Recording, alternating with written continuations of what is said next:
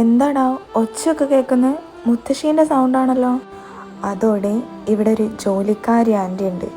മുത്തശ്ശി ഏത് നേരവും ആൻറ്റീനെ ഇങ്ങനെ വെറുതെ വഴക്ക് പറഞ്ഞുകൊണ്ടിരിക്കും. അത് സ്ഥിരമുള്ളതാ, നീ കാര്യമാക്കൊന്നും വേണ്ട.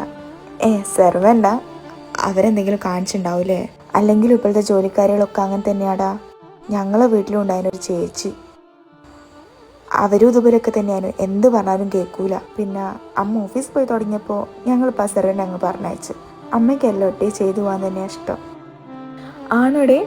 നിന്റെ അച്ഛനെ അമ്മേനെ എനിക്ക് ഇതുവരെ കാണാനായില്ലല്ലോ. അച്ഛൻ പുറത്താടെ, പിന്നെ അമ്മയാണെങ്കിൽ ഇപ്പൊ ഓഫീസിൽ പോകുന്നോണ്ട് തിരക്കായാണ്ട് എനിക്ക് പോലും കിട്ടാറില്ല.